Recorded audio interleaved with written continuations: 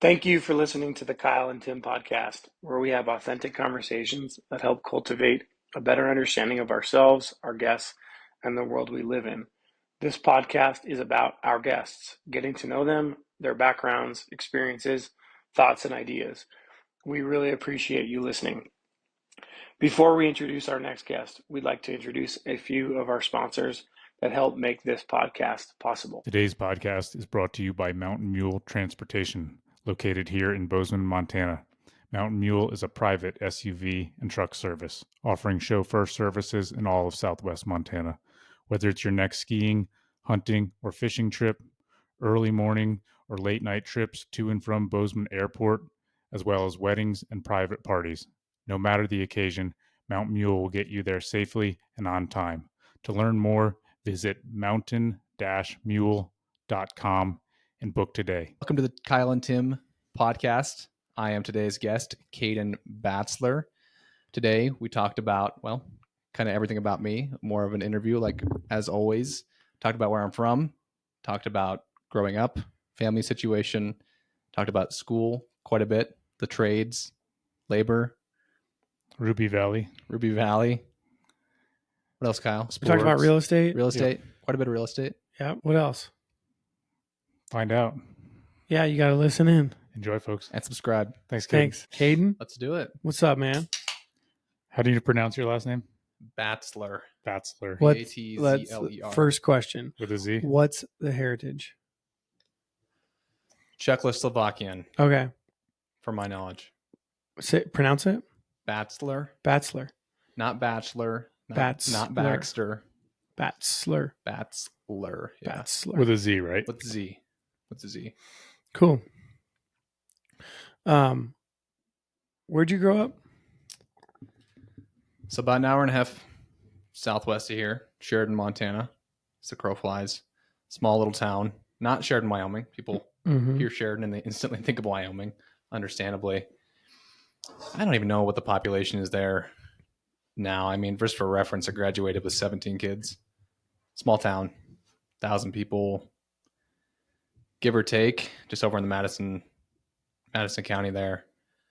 I actually, and I'm sure we'll kind of dive into this a little bit. So I have two sets of parents, so 4 parents total. And for reference, they all live in Sheridan. They all get along very well, very well. It's actually a really, really cool situation, I would say. Pretty unique, especially when people hear, divorced parents, so to speak, which they aren't even divorced. So I partially actually grew up in the Belgrade area. I had a set that lived over in just outside of Manhattan in Belgrade, and then a set that lived in Sheridan. So I would go back between basically Madison and Gallatin County. Every weekend, at least once a week, typically. Okay. So Montana, that's about all I know. Okay. So you would when you were a kid, your parents would drive you and drop you off in Belgrade and then drive you and drop you off in Sheridan.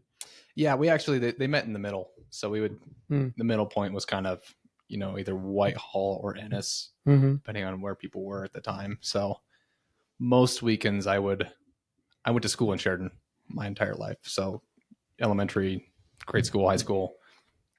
And so I would spend a lot of my weeks there, obviously given the school schedule and whatnot. And then I would spend a lot of the weekends just out here in Manhattan and Belgrade and whatnot. So kind of bouncing all over, back and forth quite a bit.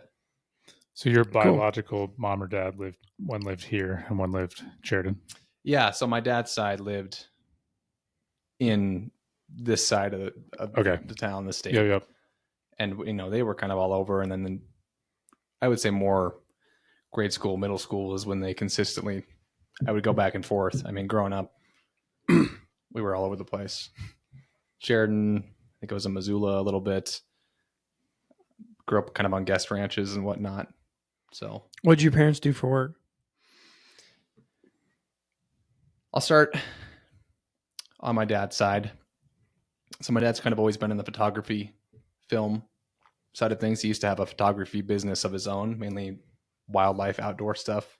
He would obviously go take photos out in nature, go to all these cool places. He's got a ton of cool photos.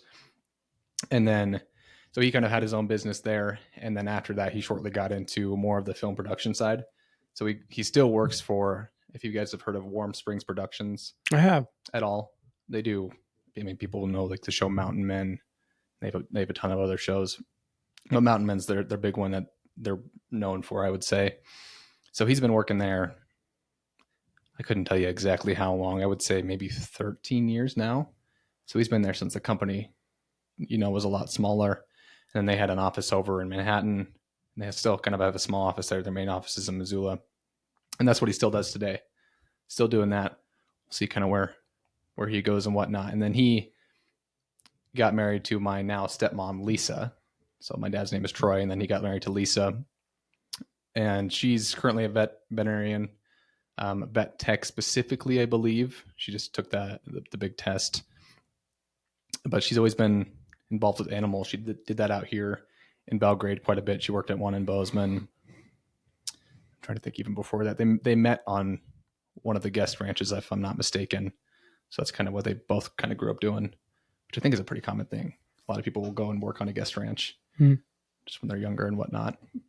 And then kind of moving over to my mom's side, she really raised me. I mean, she was younger when she had me, not super young. I think she was 20 when I came to this world. Mm-hmm. So a lot of her time was spent tending to me. She would, make ends meet, doing things here and there.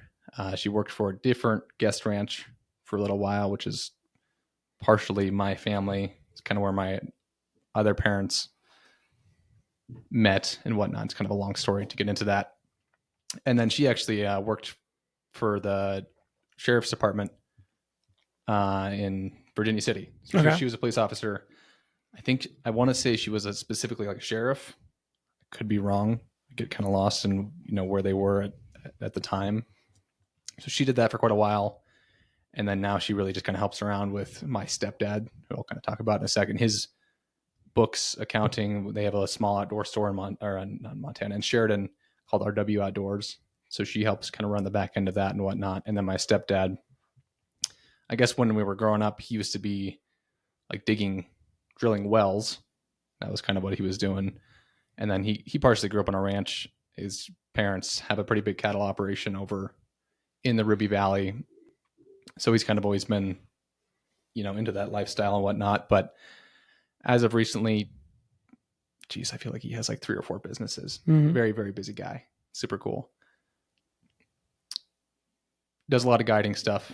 Does elk hunts. Books those out every year. And I guess it would just be like going after cats, like mountain lions with dogs. Yep. So we still have dogs. He doesn't do that side of the business as much anymore. I believe he sold like part of that off. And then he's been recently doing a lot of ranch real estate stuff. So some cool real estate stuff. He was the dam tender. So he would, tend to the dam of the reservoir in our valley. So he's got a lot of experience with all that stuff. That's in Ruby Valley? Ruby Valley, yep. Yeah. So the Ruby Reservoir. And I think he's general contracting. I think they've got the store. So many random things. Do you know the name of the ranch? Which ranch? The ranch that you said his family's. Yeah. So that's Horse Creek Hay and Cattle. I'm wondering because, we just, a friend of ours, Dempsey, just did the podcast, and he works on a ranch in that valley that his family, I don't know, what's it like because it's not his grandfather. It's essentially his, like, do you remember how that? It is his grandfather's. No, maybe it is his grandfather's. Yeah, you're right. Because he works with, I guess it is his grandfather. I don't know. Mm-hmm. His last name is Rear, but I don't think that's the last name of his grandfather. But anyway, they're in the Ruby Valley. I don't know how many ranches there are there, but a solid amount. But most of the people, or at least know the names of the ranches. Again, everybody knows everybody. It's a tiny little town. I'll send you his episode, and I'll send you, or I'll send him yours, and you guys, I can see if there's any connection. Yeah. Well, we'll see. He knows where some gold is. Some gold? Yeah. You just gotta go looking for it. Do you? Dempsey knows where it's at, though. Like over in Virginia City, or where at? You can't. It's on the podcast. It's on the podcast. I gotta listen to the podcast. I want to say I was just talking to my mom. We were talking about Christmas. Nobody knows about it still because nobody's listening to the podcast. Oh, okay. Because it's not released yet. Oh. So you got 2 days. You got 2 days. You guys got a head start. You better go find it Yeah, I know. before the world knows. Well, Dempsey's going to get killed tonight. Oh, we're going out. We're going to murder him geez. tonight. I just was talking to my mom quite a bit. I was telling you, Kyle, that we went to Park City for some Christmas stuff and whatnot. And we drove up on the way back in the car ride. And I was just kind of quizzing. Maybe quizzing is a strong word, but asking her a lot about like my family stuff. Because I have a very extensive family that is quite confusing to myself even. So I was just talking to her, and I want to say that I had great grandparents mining gold, like over in Virginia City, doing all that crazy stuff. I know I'm actually putting a video together for a set of my great grandparents right now. We filmed a little stint on them, on like the heritage of where they came from. They started Upper Canyon Outfitters is the name, up in the Ruby Valley. It's just an outfitting business, hunting, fishing, horseback riding, and whatnot. And so we were shooting a little video on them. And I'm putting that together. Where I was just kind of going with that is just there is, a relation back to the great grandparents. It's just funny you say that because in the gold world. Yeah, I mean, I don't know the extent of it exactly. That's why I was asking her, because she knows more about it. And I'm finally getting to the age where I'm appreciative of that stuff. Mm-hmm. Whereas when you're younger, you just don't care. Yeah. Or you don't know, and you're like, whatever. It doesn't matter to me. Right. So it's interesting. A friend of mine and Kyle's is doing some work over there in Ruby Valley, and I went over there with him one day. He was just showing me what he's doing, and he was talking to me and Kyle, trying to get us to come do some work with him. And he was showing, if you pull up that valley on maps and you look at all the piles, the filings. Have you ever done that? Mm-mm. So there's all the filings from those. Like, I don't know what there's like that little, Dempsey was saying what the machine is called. It's like basically a big, like a paddle wheel, I guess. Yeah, if and you it will. like sits on a barge, and it was this thing that would essentially screen everything Oh, with okay. gold. Okay. But it lay like all the filings out in these like wave patterns. So if you look at Google Maps, you just see it's the craziest thing. I know exactly what you're talking about. Okay. And it's like you never notice it visually. When It's basically big piles of soil. Rocks. Those are all over. Yeah. Especially when you go into like the Virginia City, Nevada City, Alder area. Yeah, because there's that one when you go through Virginia City. There's still that one machine sitting there. Yeah. Do you know what that thing's called? I couldn't tell you. I could take a stab at it, but I'd be wrong. Dempsey said it to us a week ago. Mm-hmm. Clearly, our memories are shot. Yeah. I should probably know that too. I've been to Virginia City 45 times. A million times. Yeah. Yeah, that's a pretty area, that whole valley. No, if there wasn't just so little people there, I mean, there's not a lot to do. Yeah. I'm a big outdoors person. Like, I love spending time outside, and that's what you do if you're there. That's really like the only thing to do when you're there. But it's just, jaw dropping. It's beautiful. I would totally move back there if there was a little more stuff to do. Mm-hmm. Like, I think I'd just get very lonely. Yeah. I was thinking when you said your mom was a sheriff over there in Virginia City. Yeah. I had a client years ago. He got a DWI somewhere up at the Big Sky Resort. Uh-huh. And that's Madison County. Yeah, there's a little section of that, yeah. So he had to go to court in Virginia City. Really? Yeah. Which is, it's kind of wild that's because it falls under that county. Yeah. No, it is a little bizarre. Because you're almost to the resort, and that's when you cross that Madison County. Yeah, I don't know exactly where the property line is. The only reason that I've had to deal with it is in real estate stuff, because I have a connection to a lot of people back in Madison County. When I'm trying to send them stuff, like we'll say market updates, for example, those $7 million houses just in that little sliver of Big Sky completely skews that entire market because they're included like in the average or something, which typically that's why you use median. So you're not dealing with that, but it is interesting. That's an interesting question. When they factor the median home price, I guess it's for Bozeman. So I guess that wouldn't have anything to do with Big Sky. So there's median home price in Gallatin Valley, and then there's just Bozeman.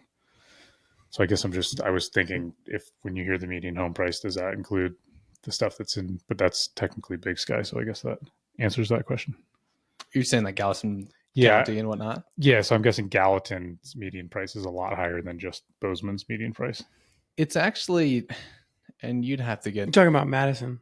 No, because like Gallatin County. So much of Big Sky is in Gallatin County. But then there are a bunch of homes in Big Sky that are in Madison County too. So I'm just saying if you asked median home price of Gallatin, you'd include those Big Sky properties. If you just asked Bozeman, I was just wondering how.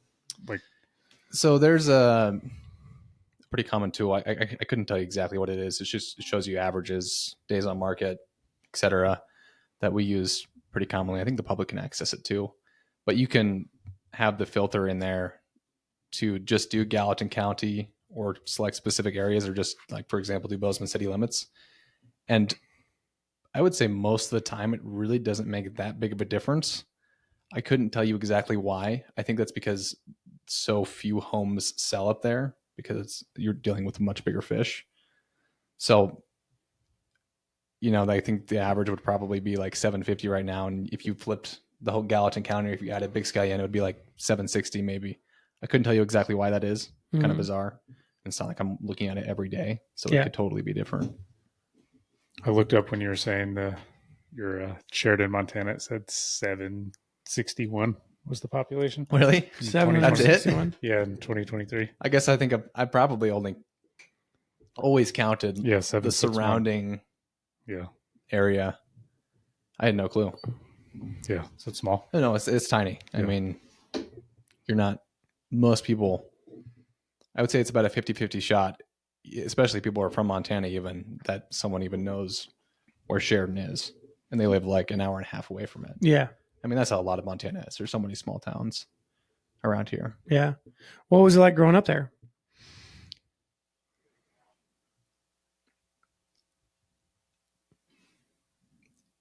In hindsight, being in a small town is tough. Like there's a lot of things.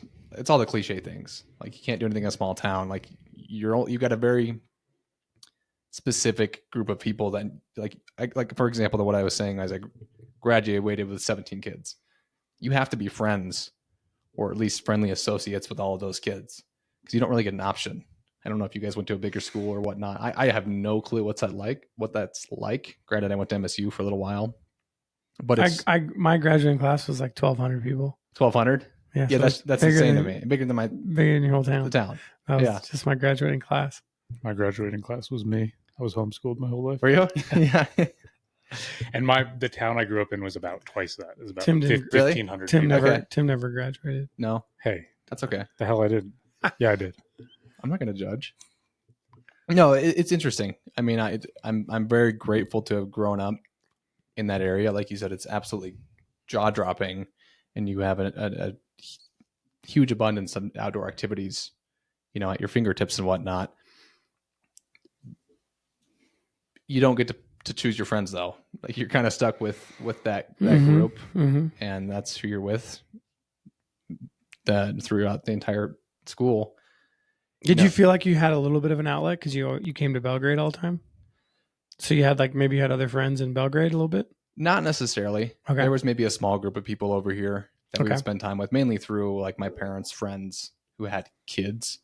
I wouldn't say I went and spent time at the park in Belgrade, or we had some family here that were similar-ish to my age. I had some younger cousins, a little bit younger than me. But I would say that mainly Sheridan was where my friends, my consistent friends were at, and then Belgrade is where I came, for the weekends. Are you still close with some people from Sheridan? Well, one of my better friends, I would say best friend from high school, we got along very well. We were pretty similar people. Recently just got small town stuff, totally small town stuff. What I'm about to say, got engaged to my sister. Okay. She's my adopted sister. Okay. So not full sister, which we'll get into maybe a little bit, not that specifically. Okay. So we're still close. I just talked to him on the phone on the way here. Cool. Asked him if we wanted to go skiing tomorrow, because I'm going with another sister of mine. And then we been duck hunting, whatever. We've been Cool. buddies for a while. All right. I'm sure we'll stay buddies. He just taken over his dad's concrete business, actually. Cool. So that's just, he's like, it's so funny because like his whole life, he's like, I'm going to do concrete. And like, that's what he's doing. And so he lives there now? Yeah. So where are you guys going skiing? We're going to go up to Bridger. Okay, so he's Probably. driving an hour and a half. Well, he's not coming. So Okay. I was asking if he was coming. Okay, got it. But he was that's where he was going to drive an hour and a half to go to Bridger. Mm-hmm. Okay, yeah, got it. All right. What else was it like? So it's small. Yeah, I got that. Yeah, no. What did you do? Like what activities did you do? Yeah. Sports, anything to do with the school, and FFA. Before FFA would be 4-H. I don't know if did you guys do FFA or 4-H or anything like that? No, but I know Did what you I know what 4-H is, but I didn't know FFA stands for. Well, or I believe it's not supposed to stand anything for anything anymore. Used to or is like Future Farmers of America. Okay, but for some reason, I thought they like totally kapushed that being a thing. Okay, not that it matters. Whatever. I think we were just told same that. kind of program. Basically, it's just when you're older, a little more established. You have these huge conventions around the state. It's a pretty big thing here. Mm-hmm. And although we were trying to be competitive in sports, we were not the best. Sheridan was never really known for its sports. But, I mean, you can't even put a football team together. Well, we played 6-man. Okay. And then we actually bumped up to 8-man. Okay. For a little bit, which was like a dream. Not quite 11-man, but better than 6-man because that's a track meet. If you're fast, they got one fast kid, you're screwed. Yeah. I mean, it was fun, but it wasn't the most fun, I would say. But Sheridan was never known for its sports. Sure. I mean, that's just how it was. But where we actually did very well, and we have a very good egg teacher, Rodney Broughton. Everybody around the state knows him. He's very, very good. But we were known for doing really well in these competitions through like FFA or even 4-H for that matter, but mainly FFA, like mechanics, judging livestock, you're doing sales, your meets, there's 50 competitions that you could do. And then a lot of the time you would use those programs to raise a market animal. So like you did it 4-H, you understand this, but like a market lamb or a market hog or a steer. It's fucking and cool, whatnot. man. And then you would raise them. So you'd buy them when they're young, feed them. They're literally teaching you the business. Walk them. Right? You take your pig for a walk. Go walk your pig at night. Mm-hmm. Try to put some more muscle on them, shape them up a little bit, or steer or whatever it is. And then you'd go to the county fair come early August, and then they would do like a market show, and then they would do like an auction. And so it really, like in hindsight, I think one of the most beneficial things that I got out of school was the FFA and the shop classes, which at the moment, I mean, like many things, seems like a pain in the butt.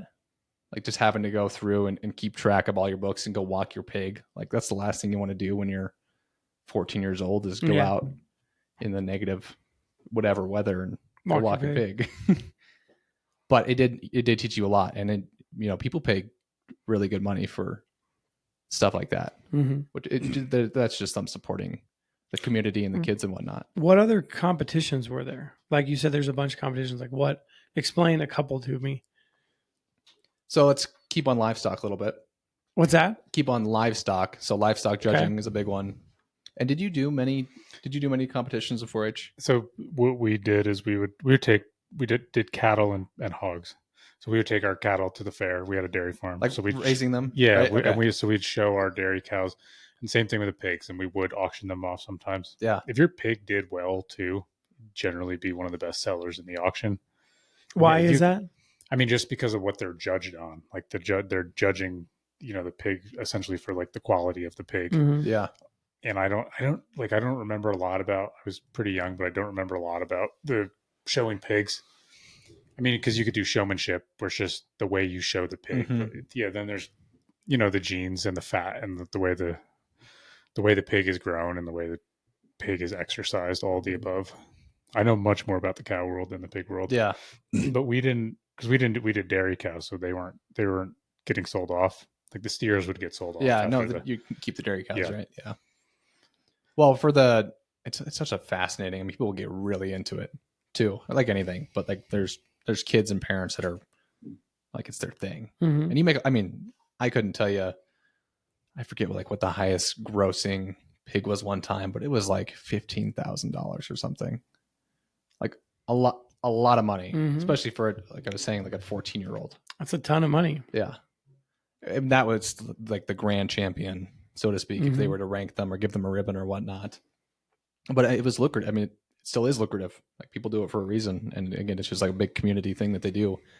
But kind of back onto the livestock judging, outside of like the raising a market animal to sell, these competitions would consist of, so for example, what I was going down the rabbit hole with a little bit was livestock judging. You would go to, they'd be hosted at often a town or a school or somewhere around the state. All these kids would get in the bus from different FFA chapters at different schools. You go to the area. We actually hosted one at our school, or just at a barn outside of our school. And you'd basically just, you'd be timed. You'd have like a Scantron, bubble sheet or whatnot. And then they'd typically there'd be a bunch of different animals in pens, like in a barn, like in sections.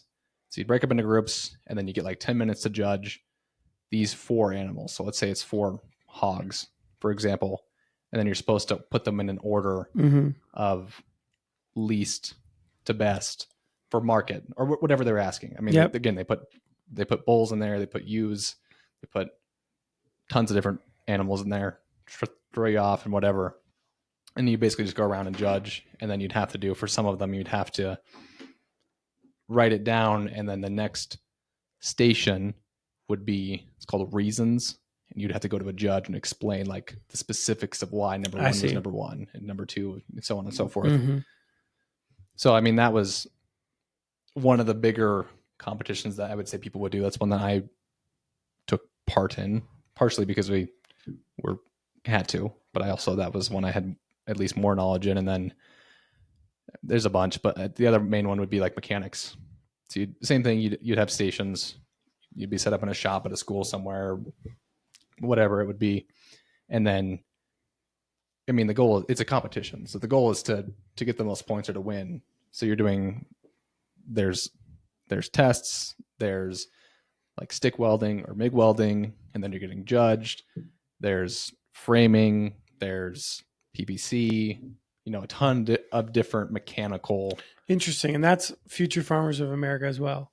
Yeah, no, that's all under the FFA blanket. Yeah, that's cool because farmers have to do everything themselves anyway. Well, yeah. Right? Like that's kind of why they're teaching you all that stuff. Yeah, I know. It's super beneficial. And because it's not like a trade, it's a trade, but it's like they didn't send you to trade school, but it's a trade. No, it is. Like welding, whatever it might be. Yeah. That's cool. And well, I think one of the biggest benefits of Sheridan in that small town is they have a really good shop. And I was mentioning the shop teacher quite a bit because he's really good, but the shop program in general, like they really it's a very well thought out, and you're doing a lot of physical trade, hard, labor work. And I mean, we built our class was partially responsible for putting up like part of the school addition for the shop. Like they made us go build it. Like we were pouring concrete for class. We weren't quite putting up trusses, but we were framing walls. We were putting up tin. We were putting in windows, garage doors, whatever it is. And there's a lot of stuff like that. I mean, I haven't welded in a while, but I don't know if it's a requirement in the school, but every kid in that school learns how to weld. Yeah. Or learns how to, do basic woodworking or whatever it is. And even just from talking to my girlfriend, she's like, we had 0 shop classes, which I think is cool. Not, I think that's an important thing. And I think that thing that is lacking quite a bit nowadays. Sure. But she went to school in Billings. Yeah, she went in Billings. I don't know if they have that around here anywhere on the West Coast, but on the East Coast, they had something called BOCES. I don't know what that is an acronym for, but it's essentially this. You can opt in as any student, and you could pick carpentry, you could pick mechanics, you could pick welding. And there's always the running joke was always, oh, you're a BOCES welder, like saying you don't really know what you're doing. Yeah. But a lot of my friends did it. A lot of kids that were in high school would go do that. And if school isn't your thing, it makes so much sense. Yeah. And we were talking with Vicky about small towns and when there's nothing to do, kids get in trouble. I think a lot of these programs are so good for kids. Yeah. The 4-H, the FFA, because it gives them some sort of focus and something to do. I totally agree. 100%. I was talking about, my buddy that's marrying my sister, but he's taking over the Concord. I think he actually just bought it officially, or is buying it, in payments or whatever from his dad this year, or what would have been the end of 2024. And that's like he's set for life, because that's, nobody wants to do that work, really. Sure. It's such a hot commodity. Everybody needs it. I don't know how many truck drivers they have. I think 6 or something, and they're trying to find like 2 to 3 more. Mm-hmm. So I've got other buddies that are doing plumbing, electrical. Yep. One of my roommates is getting his, why am I blanking on what that is? Not master's, but he's you're talking about his journeyman. Yeah, there we go. Yeah, he's like a journeyman electrician. Yeah. Cool. That's awesome. So, no, it's interesting. That's what I worked through high school. So my grandpa has a plumbing company over in Sheridan, and that's what I think. And then if you fast forward 20 years, people in the trades are going to make way more money than people who go to college. Oh, 1,000%. Way more money. Like it's going to flip. Oh, I totally agree. It's already flipping. Yeah. Right. Well, there's just such a shortage. Well, yeah, there's a shortage because we as a society have been pushed away from the trades. Yeah. It was like, go to college, go to college, go to college, go to college. Okay, cool. Not everybody can be a freaking, Yeah, whatever it is, right? And so there's too many of those and not enough of these. Not enough of these. I think it will. The pendulum is, at least to a degree, going back a little bit. I think people are seeing, like I was saying, a lot of my buddies are like, well, I'm just going to go do this. There's money to be made here. Mm-hmm. It's not rocket science. I can watch someone else do it, and I can, take over the business, own my own business, whatever it is, or just work as an employee and make good money. Yeah. When I was kind of going down a little bit was talking about plumbing, because that's what I did with my grandpa a little bit throughout high school. Basically all 4 years I do the summer, and then senior year I did a work study with him for the plumbing and whatnot. And it's again, make good money, but that stuff is, depending on how you go about it, hard on your body. Most people, like my grandpa, for example, killer knees, just hurt 24/7, going down to Mexico and getting injection, whatever it might be. And getting stem cells. Yeah. Like stem cells. And me being 6'2". Good for him that he's going down there and getting them. They're supposed to work really well. They swear by it. Swear by it. My dad, I've been trying to convince my dad, because he's had a kind of a bad knee, but we'll see if he goes. But no, he's where that didn't work out for me is that I'm, 6'2" is not massive, but when you're going to be a plumber in crawl spaces, behind toilets, under a sink, whatever it is, it's a little tough. That doesn't work out the best, I would say. Right. And it's tough work. Sure. It makes your body hurt, truly. Yeah, because I still think, and I'm, being in the trades and doing carpentry work, I do not think any tradesmen get paid nearly enough, because as you said, it's tough work. And I just don't think that, I know that people are getting paid good now for what it was, but the way that the way the economy is now, what is still considered good, I do not think is nearly enough. Yeah. And that's why I enjoy the work, and it's why I have a tough time justifying some of it. Yeah. Just because to work that hard and beat up my body for pay that I don't think is very good. Exactly. And that's even when I've gotten paid better than most doing some of the carpentry work I've been doing, and I still don't think it's nearly enough. So I don't know. Hopefully that changes sooner than later, because it makes it very unappealing to want to get into it for anyone. I wouldn't, if I had kids now, I wouldn't encourage them to do that.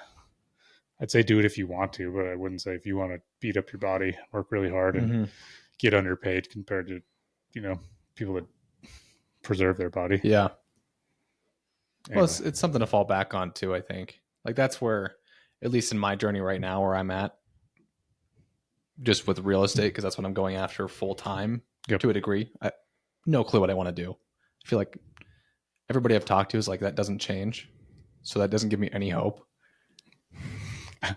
I just said that. I just said to our buddy Mike, because he said, I don't know, man, I'm trying to figure out what I'm trying to do.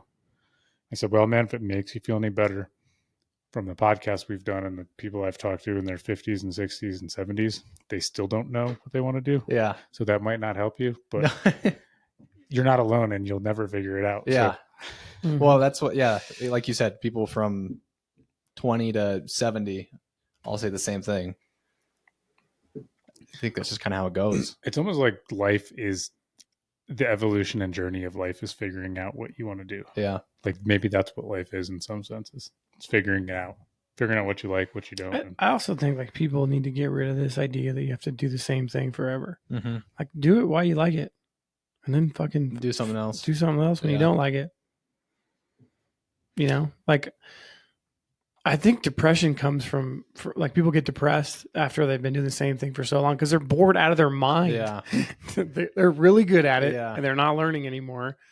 And they're like, all right, now what? Well, now what is like, go do something different. Yeah. So I think people will have 3, 4, 5, 6 careers in their life and just do something for 5 years or 7 years and then do something different. No, I don't disagree with that at all. I'm going to play devil's advocate a little bit for myself. And again, I'm 21. I barely have any life experience at all. Hardly at all. I don't even know why, whatever. What I find for myself is that I tend to jump too quickly because I get bored or it gets monotonous or whatever it is. I'm ready for the next, shiny object syndrome. I don't know if you guys have heard that term or whatnot, but ready for the next shiny object. And I'll do something for 6 months, it'll be doing okay. Well, now I'm bored. And then you get to that kind of, they call it like the valley of despair is what I've heard it called. There's like a whole cycle or whatever. And then, you jump ship onto the next thing. It's like, oh, this is great. This is an amazing new adventure. Here we go. This is going to be different. Yeah, but you never get good at it. And then you're like, well, I'm going to do it for 6 months and then on to the next thing, on to the next thing. And that's I don't recommend that. I'm joking around, like in a sense, like you should try shit, but at the same time, like you're right. There is something to be good for getting good at something, like you should get good at it. Well, I don't disagree with what you said at all. I think that's as equally important. Like when you're done with something, just be done with it. Don't drag it on for the rest of your life. Mm-hmm. And again, this is all kind of hypothetical for me because I don't know yet, but I do know that I have a tendency to jump and just never gain traction, or at least to a degree where I can fully eliminate something. Like, for example, right now, doing real estate for 9 months doesn't give me the big picture view of what real estate actually is. Right. Because I've been doing it for 9 months. Well, there's so many facets of it, man. I think there's probably people in real estate. Well, I know that there's people in real estate. There's people in real estate, they stay in real estate in one facet of it, right? And it'd be like they sell residential homes for their whole career. Yeah. Right. Selling residential homes is completely different than building them. Totally. Right. Totally. So completely different business. They're not even the same. Yeah. Right. And then like meaning like the skills to sell residential homes would be a completely different set of skills to like own them, build them, operate them, whatever, have renters, whatever. And then same thing with like, well, then you're talking like, okay, commercial. Well, which part of commercial? Yeah. Like, are you going to build industrial warehouses? Are you going to build skyscrapers? Are you going to build, whatever? Yeah. So anyway, I think you could be in real estate your whole career and just like almost like go into each little window. If you got bored, you just slide over to the next one, and then you have some of those skills, but you don't have all of them. Yeah. So you just like pick up new ones. Uh-huh. You'd probably be in real estate forever and never touch. You would definitely never touch all the facets. No. And then you could do ranch real estate. And that would be completely different, right? Totally. Well, and even so, Sam and Bonnie Martin. So I work at Century 21 HMR here in town. Century 21 is a global. What's brokerage, HMR stand for? Heart of Montana Realty. Okay. So that used to be more of like a mom and pop brokerage here in town. And the people I just mentioned, Sam and Bonnie Martin, are the ones who started it. I don't know how long ago they started it, but they actually just retired last year officially. They had been doing real estate. They're a married couple for I think 41 years and like 44 years. So a long time. Like spent their life in this career. Yep. And they had both said, or I know at least know Sam Martin has said, throughout those 41 years, he's never had a transaction that's been the same. Right. Like everything is different. Not the whole thing, but like Yeah, there's always something different. There's always a hiccup. There's always something that pops up or something new or whatever it is. So you could get lost in, I think that's for a lot of careers for that matter. Yeah. But especially like you're saying, there's just so many facets of real estate, which is where I, again, being new to it, find myself overwhelmed, generally speaking, because there's so much information to take in. And you're like, where do I start? Because there's just, you're looking at everything. So I'm not, going super, super granular. I think it's also important to niche down into what you would like to do, at least. To me, for me, I think I like the residential side, and I really find joy, and I'm really trying to dig way more into the investment side of things, which can be, again, multifaceted. There's many different aspects of that. So it's interesting. I mean, there's, again, just a plethora of information out there on all that stuff. Yeah. I can relate to the wanting to jump into the next thing. It's just getting bored. Yeah. And I don't know. I've had this company now. This will be coming on the 5th year, but there's so many times I thought about not doing it and just being like, fuck this. I need to do something. And I've done many things within that, but I don't know. I feel that because now I'm really getting some good traction with the company, and that, like, I don't know why that there's always that number with businesses. They say it takes like 3 or 4 years to really get it going. Yeah. And it's feeling like there's truth in that. And there's so many times I've thought about not doing it and just honestly getting bored and wanting to do something different. And are you more, and I won't pest you with the questions because I've been told that's not what this is. Yeah. What do you think this is? No. It's a conversation, but the podcast is not about Tim or I. Okay. Well, I mean, just my question I was going for, are you more working like where you're at now in 5 years with 5 years of business? Are you working more in the business directly, or are you working more on the business? And because you have like employees, right? On the business. And that's been a bigger shift in the last year. Has it? Yeah. Okay. And it's just, I don't know, it's a tough transition to make when you're used to doing everything yourself. And just sort of handing over some stuff and realizing, oh, my role is changing because if I want to grow this, and but it's honestly, it's been an exciting transition because it's very different. Yeah. Now I'm managing employees and logistics, and it's very different than just running it myself. I think that's a hurdle, and maybe not as much right now, but I want to pick your brain on that a little bit. I mean, I'm far from outsourcing or, putting other people in positions. I mean, ideally with whatever career path I would end up taking, that would happen, like you're doing to make a successful business and potentially even run by itself. Like, I think that's a big hurdle that I have because I'm totally like that. And maybe kind of this is what you were alluding to, maybe not, but where I'm hands-on with everything, like doing everything. Like, I like to be doing everything, which I guess could be a control freak is what, people call those kind of people. But it just feels, that's a hurdle to comfortably outsource and feel good about that and not feel like you're, and again, I haven't done this. I mean, you've only been doing it for 9 months, right? Yeah. I mean, short time. Yeah. I think you should do everything.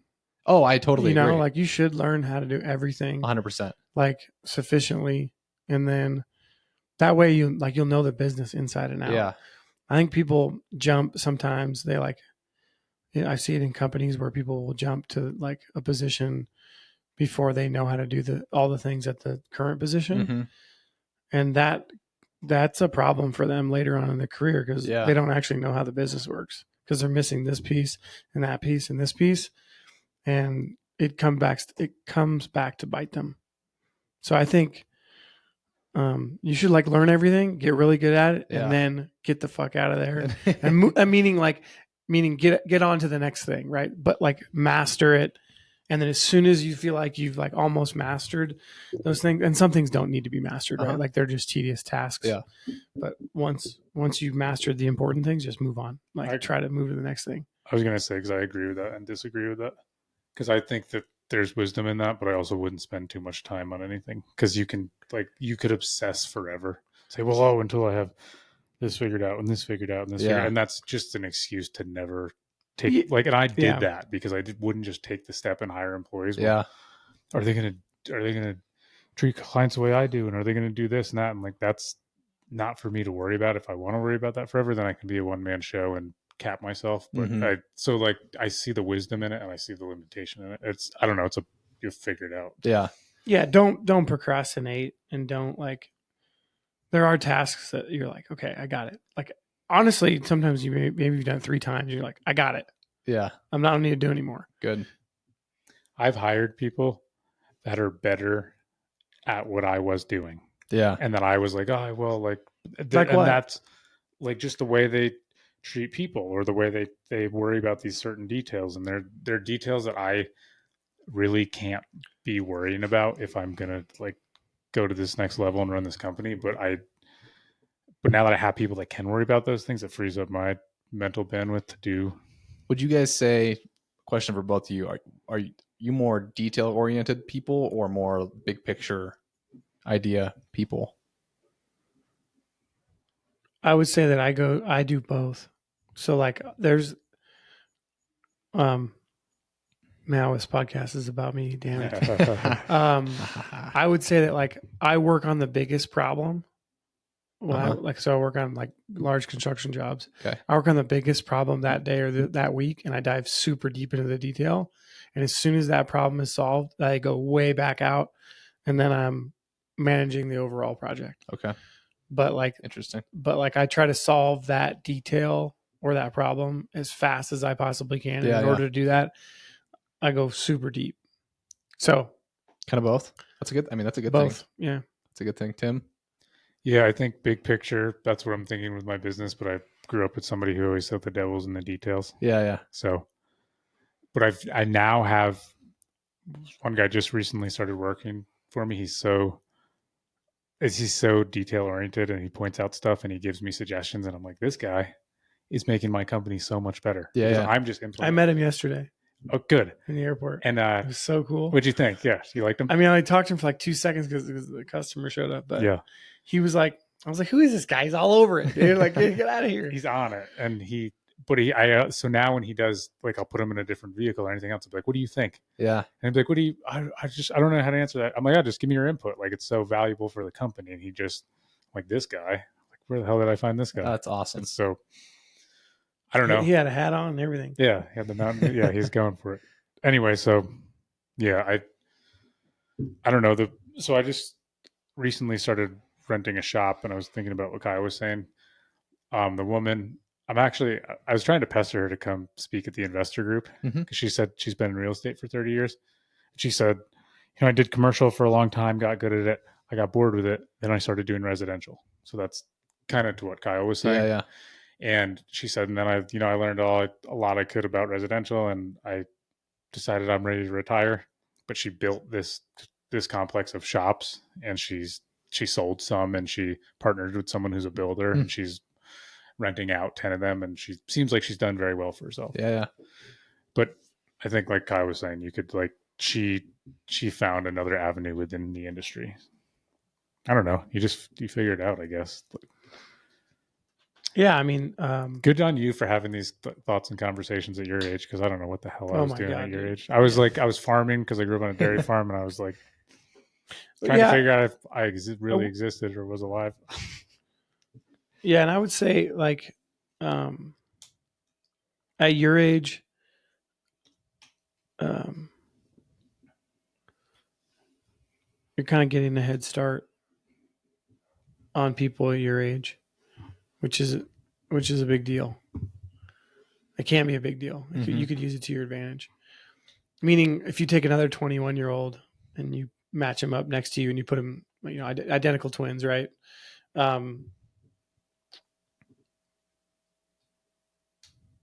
I guess you're getting that experience now that other people may not get for 3, 4, 5 more years. Yeah. And that 3 or 4, 5 more years, you'll be already hauling ass. It's a big difference, I think. It's a huge difference. it'll be a huge difference in your career. Because you just know how to carry yourself. Just the fact that, like, honestly, it's people don't realize this, but like being able to speak, like talk on the phone properly and write a professional email, that at a young age is a huge difference. I got out of college at 24. I started at 24, and I was basically competing with people in my same company that were 21, 22. And I was just that much more mature than them. Yeah. And that much more confident in myself. Even though I didn't really know, I shouldn't say I didn't know anything. I had a lot of experience at the time I got out of school compared to the other, my peers. And that worked out really well for me. And I feel like it was just literally because I had more life experience and more work experience. Yeah. So yeah, you're kind of in that same boat right now. Cause I doubt, there's a lot of 21-year-olds in real estate. I don't know many people in their 20s in real estate, which is, it's interesting. It's kind of difficult too, because it's harder for me to associate with, and I love talking to people that are older than me. Obviously, anybody, I'll have a conversation with anyone. Not that I'm discriminating towards like an older generation, but there's also something about being in the trenches, like with another person, even specifically in your field, like someone else in real estate, just getting, their teeth bashed in and rejected, or, totally failing on a call or a showing or whatever it might be. So it's been a kind of a weird transition, and something I've been noticing with myself, just having the lack of those kind of people around me. It's something that I'm trying to implement and find, again, people that are in the similar phase, or even better would be ahead of where I'm at, so that I can take notes from them and learn from them. But school's been, kind of what you were talking about a little bit, and just being 21. So I went to high school in Sheridan. Right out of high school, I went to MSU for a year. That's about how far that lasted. And you, if I remember, didn't you go to school for like a day or something? One day. Okay. That was my college career. Yeah. And you graduated, you said? I did. You did. I went for a long time. What a loser. I went for 5.5 years. Kyle also was going to making up for Tim's. Kyle, how long were you in this? How long were you essentially in the same career for, like, in your life? I don't know how to answer that. Because like you essentially I've been a general manager for what, like 15 years? I've been in managing construction projects for 14 years. Yeah. Is that what you went for? I guess what year is it? 2024? 2024. For 13 years. Yeah. Yeah. Anyway, because we were just talking about like, but I have 6 months or yeah. But I would say that I've made changes. I've almost made I slid over. Like I'm still doing the same thing, but I'm partially not doing the same thing, right? So, like I didn't have to go learn the entire new business when I made a career change. I just had to move. I had to learn certain parts that were new, and I kept what I had. Yeah, I got you. And that helped me move to the next thing. So the right word is adjacent. So I did an adjacent move. Lateral. Yeah, you could say lateral shift. Nice. Yeah. So I took a bunch of the skills with me, and then had to go learn new ones. You were just saying something. I interrupted you. No. Well, I just kind of was going down the school rabbit hole just a little bit. Mm-hmm. So I went to no idea really what I wanted to do after high school. I had plumbed a little bit, kind of talking about the shiny object thing. I had tried all the stupid crap you see online, like day trading stocks and crypto, and I was buying NFTs and just dumb stuff. I mean, it was fun, but it was stupid. Like, it all had its highs and lows, and then you jump out. So, for example, and I won't go on. I'll get back to the school part I was talking about. We used to like day trade stocks in the back of like the high school classroom, like just stare at our computer screens all day long. Stupid. I mean, the biggest waste of time ever. But I did. How much fucking money did you have to day trade stocks? Oh no, like $500. Okay. Like I threw $500 in there. Okay. Lost it. Threw $500 in there. Okay. Like I'm not talking to like hundreds of thousands of dollars. I'm talking about messing with small seeing amount if you could of money make that 20 I had. bucks.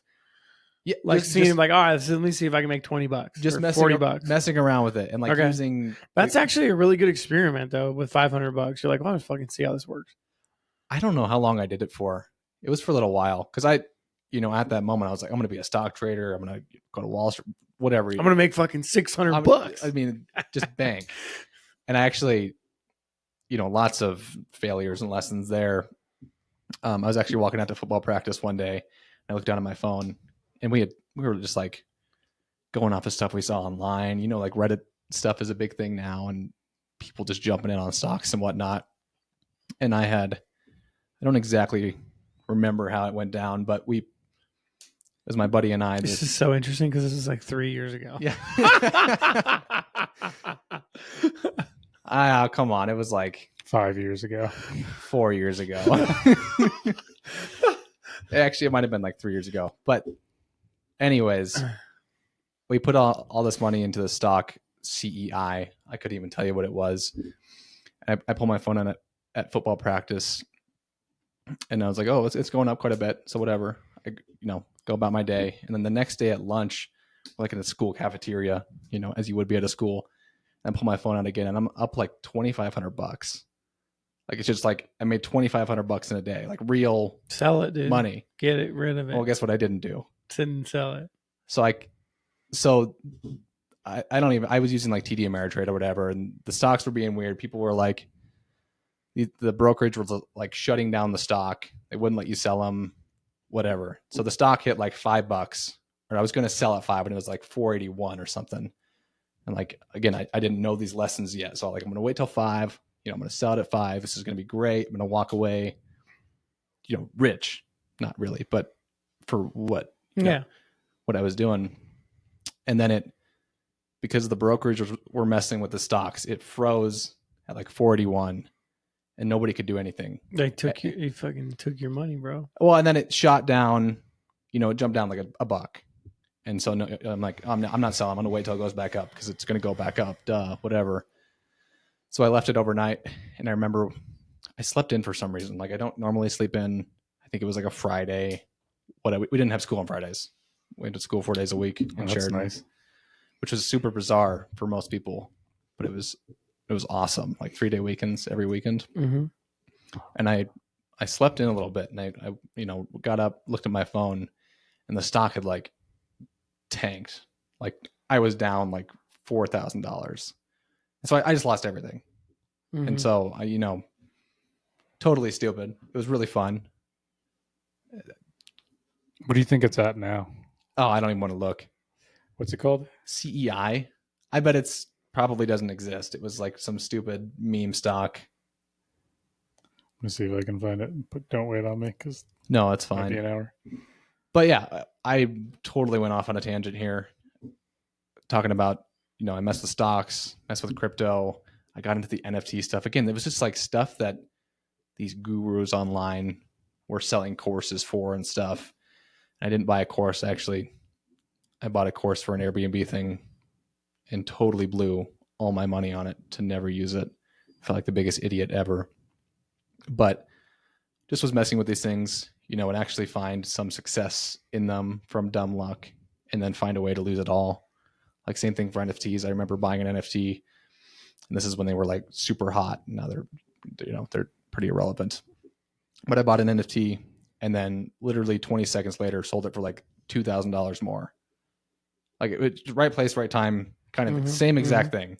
And then kept thinking that I was doing something right, and so continued to do it until I lost all my money. So just these were good lessons. Like I was learning things. I didn't understand that I was learning things at the time. I thought it was just, it was stupid that I was losing money and didn't, take my money out or whatever it might be. It's not CEIX, is it? It could be. I think it was just CEI. Well, because if it's CEIX, it's gone up $93 in the past 5 years. What was it at?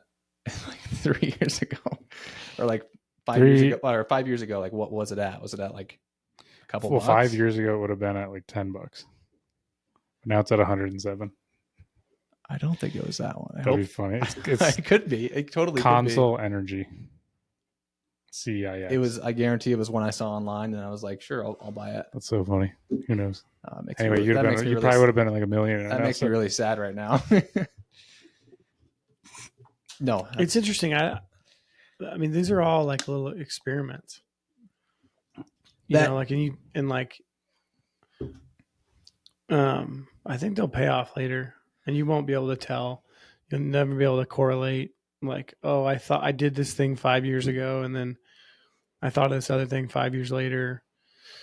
But like you'll have I think it'll tie into your intuition, and you'll know like what decision to do or not to do because you're making all these little experiments.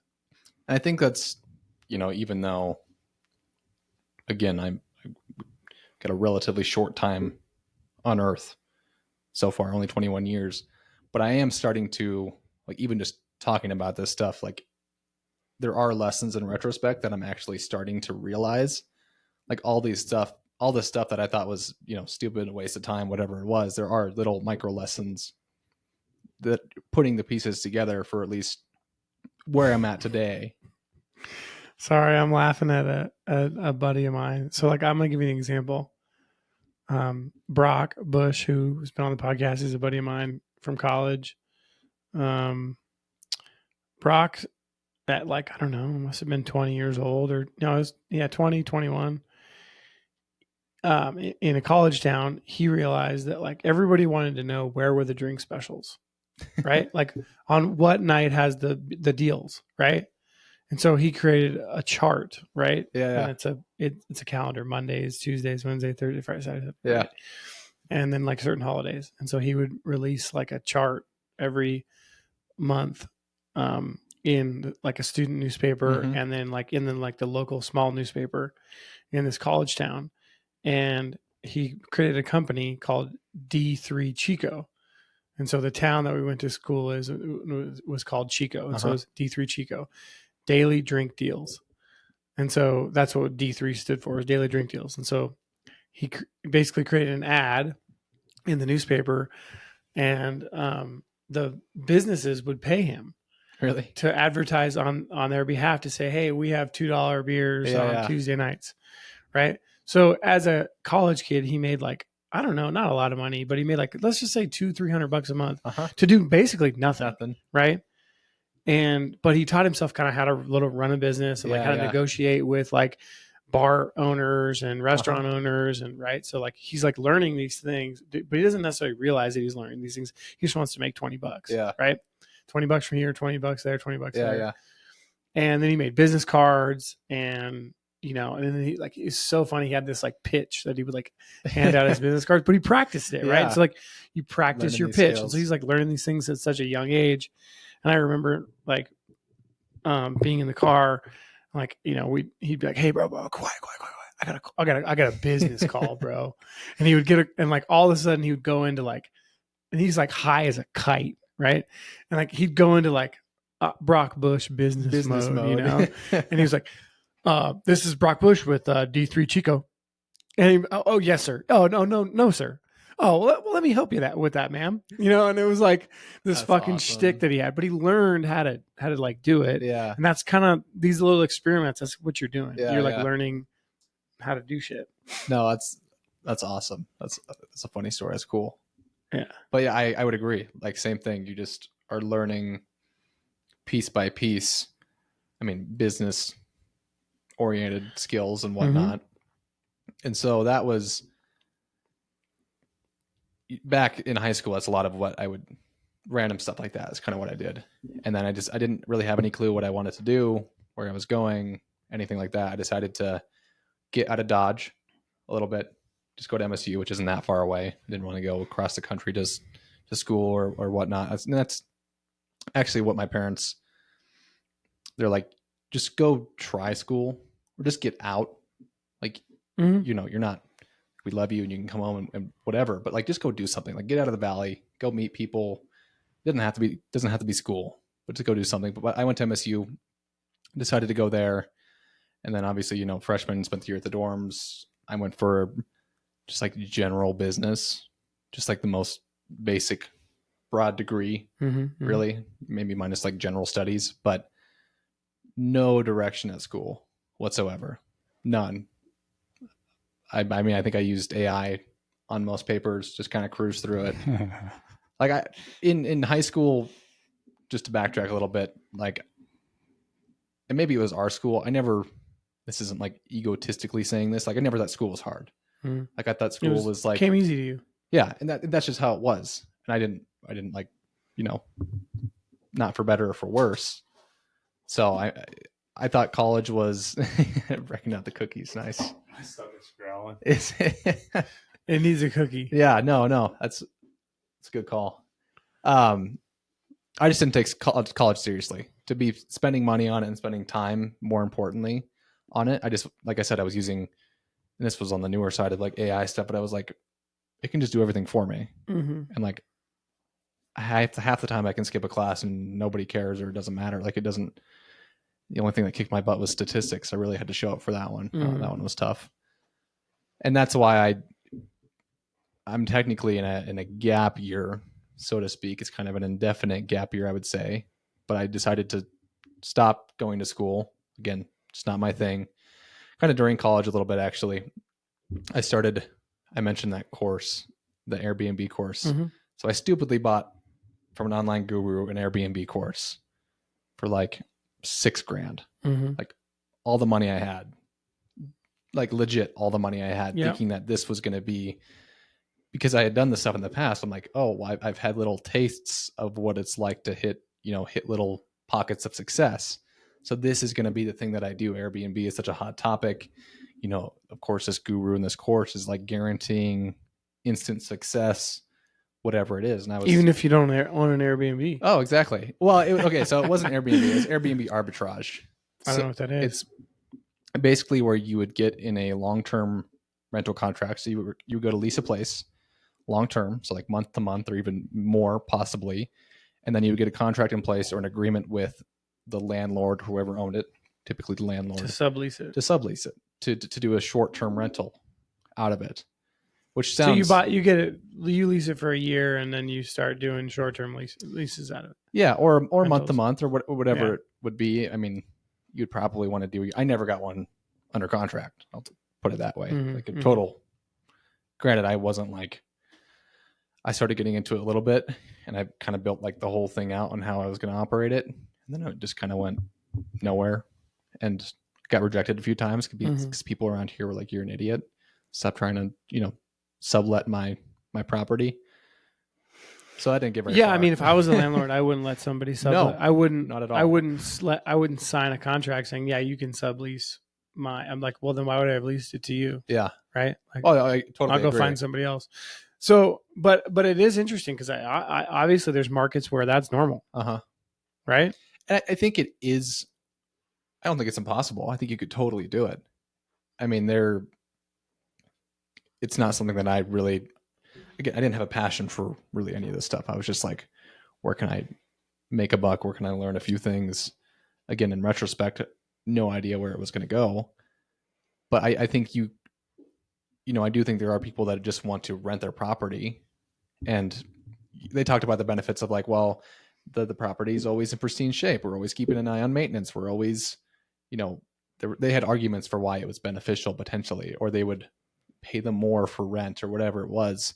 It seemed like a lot of work to actually go through the hassle of, I mean, maybe you could short-term lease it for like double, but this is when, short-term rentals, at least in the area, weren't like a dime a dozen. Like you could actually maybe feasible, maybe now would be a lot harder. But again, that was just like another shiny object along the journey. And that was more in college. I was doing that, trying to do that and whatnot, and like door dashing and stuff like that, which door dashing is awesome. You can make like good, decent money doing DoorDash. Yeah. I mean, there's so many like jobs available now for people that I'll say that are like, I would say they work awesome for people that are transitioning from one job to the next or one career to the next, or like they just have like a break. Yeah. Right. You're like, you can make money and not have a boss and not have a schedule. Yeah. Like, You make your own schedule. You are your own boss. You know, like, so that it's interesting. There's a lot of jobs out there now that, like, God, not even that long ago, 7, 8 years ago, didn't exist. 10 years ago, definitely didn't exist. Yeah. I think it's probably really helpful for people. I don't think they're made to be a full-time, lifetime job, but then again, I mean, there's people that work at low-paying jobs their whole lives. Yeah. But if I guess what I'm saying is, like, if I'm going to make the same amount of money working at McDonald's, I'm fucking door dashing all day. Yeah. There's no fucking way Your own I'm going to McDonald's. all your own stuff. Right? Just hang out Like, in your car, listen to McDonald's podcasts. example, it could be any fast food restaurant, but like, I'm gonna be in my own car, listen to my own music. Listen to is it like, Tim and Kyle podcast, or is it Kyle and Tim podcast? Dude, come on, bro. Kyle and Tim. So anyway, there's like jobs like that, you know, that, anyway, yeah, I don't understand how people, I honestly don't understand how some businesses keep employees when there are other options that are pay the same or even more. Better. Yeah. And you don't have to deal with any of the other bullshit. Yeah. I'll tell you, when I moved here from Washington, I was working as a carpenter and a labor foreman for a general contractor. On the weekends, I was literally bored and didn't know anyone, had no friends, was living in this small town, so started Uber driving.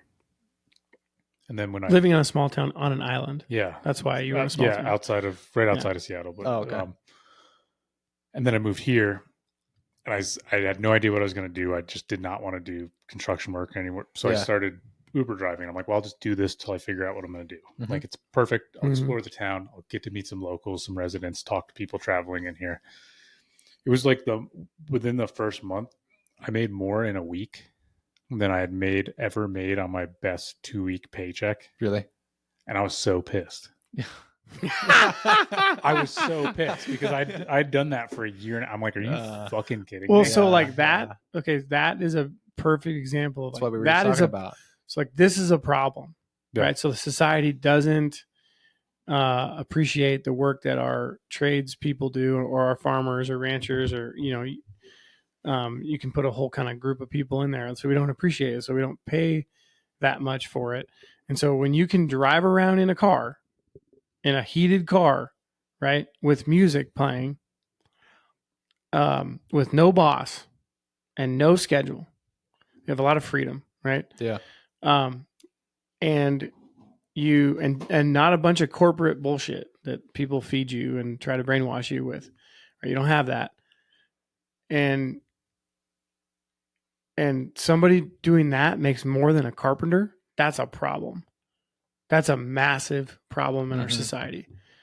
And it doesn't have to be a carpenter. It could be a plumber, electrician. It could be a rancher, whatever, right? Like, we should, because guess what? Those jobs are way harder, and they take way more skill. Way harder. Right? They're way harder. They take way more skill. I don't know why we don't pay more for them. I don't want to pay an electrician $90 an hour. I don't. But that's probably what they're worth.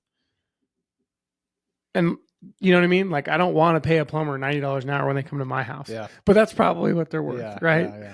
Yeah. So yeah, it's crazy. How the hell did you made twice as much money sitting in a car listening to music? That is wild. Yeah, and I don't remember. And you were working in a big city. Yeah, and for a pretty, like, sizable company. Yeah, and I'm getting up at 3:30 in the morning, going to the gym, getting to the job site at 6.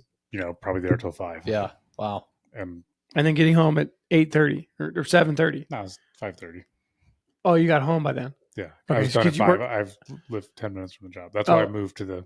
Okay. Because you didn't have to take the ferry anymore. No, because I lived on the island. But anyway, yeah. So it's like, that's when you start to look at things and you're like, what am I doing? Yeah. What you almost get brainwashed into, well, if I just stick with this, like, this is the path. And like, it's funny we're having this conversation because you're saying 6 months. When I started that job, I knew in 3 months I shouldn't have stayed there. And I stayed for a year and a half.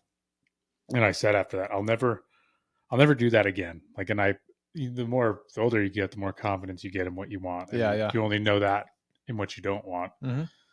So you'll get quicker with those decisions. You'll say, you know what? I don't need to stick this out for X amount of years to make sure but sometimes you do. So I think you just know yourself better. Figure it out. So I'm not going to keep doing this. This is a waste of time. Or, hey, there's probably something here. I know there's some growing pains. That's how life works. And I don't know. I think you just know yourself better. So you know when you make those calls, and you know when you're just kind of ignoring that and procrastinating what you really want to do. No, I mean, it's something that this is just something I feel like you work on as you get older. It's just gut feeling. Like, I feel like I have very little gut feeling for directional, like for what I want to do, or, where I want to go, or what I want to be, who I want to be with, whatever it is. Like, that's just something that I'm working on, because I'm very much an analytical mind, and I could totally get lost in the details and just overthinking and overcomplicating a decision. So that's just something with these 6-month stints. There's a lot of analyzing that goes on of like, well, what's the next thing going to be? What's like actually going to work? And sometimes I just gotta, take a step back and be like, okay, like, just chill. I'm laughing when you're saying this too, because I'm thinking this I've noticed too, and this is a harder one, is relationships. Yeah. Like intimate relationships and friend relationships, where you'll like drag it out for the wrong reasons or stay in it for too long. And maybe you're lonely, and maybe you like finally met someone that's cute that you get along good with, or maybe you don't have many friends, so like some's better than none. Yeah. But it's like, no, I'm not fucking hanging out with this person anymore. Like I think it's just something that comes with age. Yeah. I don't know like that there's another answer for that. Would you say that, Kyle? It's just over time you get a better idea what you want, because you have a better idea who you are. I don't know. I'm still trying to figure that out. Yeah, I would say that like I would say it's something I've recently realized that I've been super guilty of. I mean, in so many situations, is sabotaging my own mind. And so like sabotaging a situation, saying because something isn't working for me, right? And so if it's not working for me, like, then Tim, could I grab me one? Sorry, I couldn't do multitask. What do I mean by that is, like, if there's a situation at work, or let's just use a work situation that's frustrating me, and I'm like I'm working too hard, I'm not getting the results, it's not efficient, like I'm spending way too much hours doing something that like isn't really making any progress. Yeah. And like I'm not getting paid any more money for it, right? And I'm frustrated, I can't get a promotion, whatever, right? And you just kind of feel depleted. Well, you kind of make up a story about why that is. Yeah. And I think it's very important that that story is accurate. Because if it's not accurate, you make up a decision based on something that's not the truth. So you're making a decision off of something that is false. Yeah. And so in the past, when I was younger, I would say, oh, my boss is a dick, or, this department that I work in is messed up. And, and some of those things were true, right? But some of them were not. Yeah. And so that's what I mean. The things are not true that I tell myself a story on.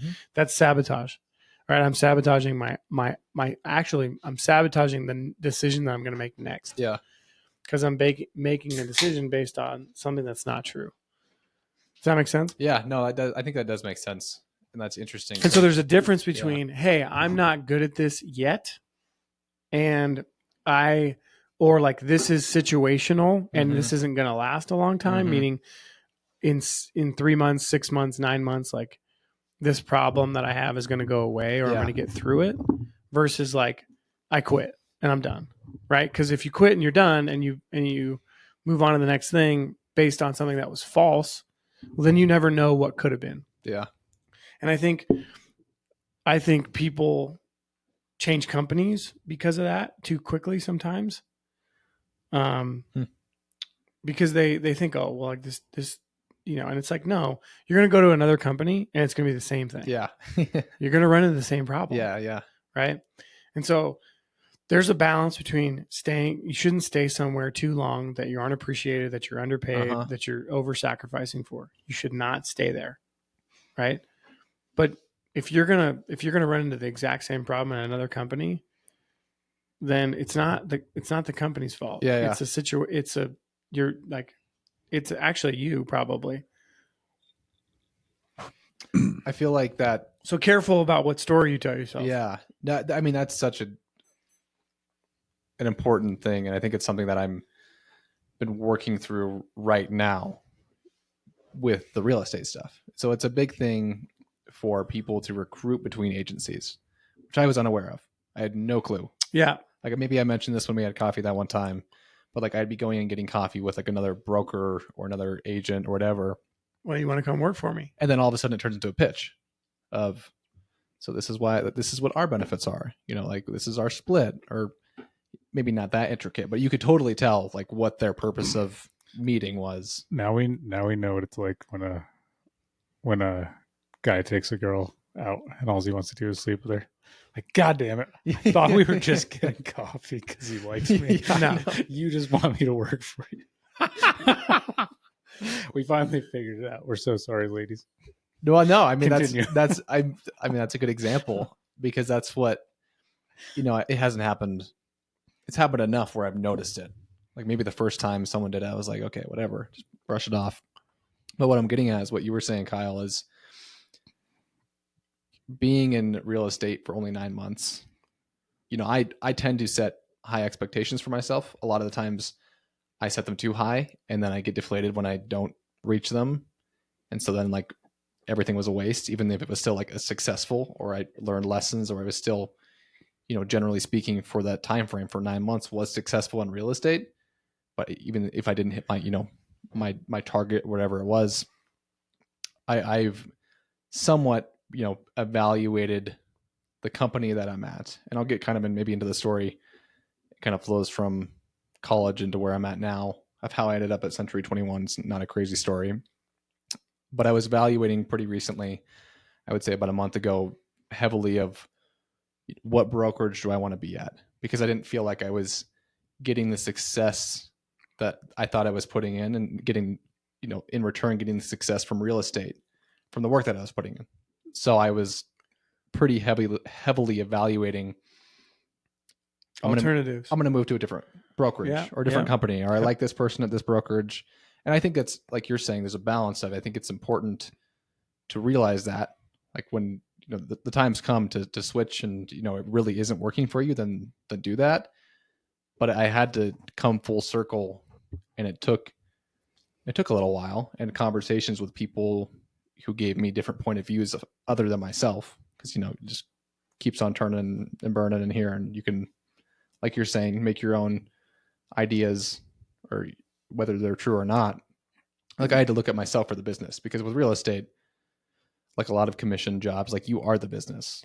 Like it's not, yes, some might have better tools, or there might be some better people there, which if anything, I think the people would be a reason to actually, make a move. Go learn. But for a month of uprooting everything, switching all your branding, your colors, your softwares, your CRMs, whatever it is, and then, like you're saying, it's just like moving to different companies. Like you're in the same spot. Like you're the same. You're still in the same town trying to sell the same house. Yeah, exactly. Right? Like you're trying to sell the same product. Yeah, 100%. So it's like you got to figure out, like, okay, well, I'm going to move, and like, what am I going to get out of this move to a new company? Well, and it totally was just like a shift of just looking inward a little bit on where I was, how I was going about business and whatnot. And again, part of it comes down to how I set goals, and just like I was mentioning earlier, with setting high standards or expectations, I do become very deflated or unmotivated when I don't hit those. And sometimes it's, I hear both arguments, where it's important to set these big, lofty goals. People call them like hairy goals, or whatever it might be.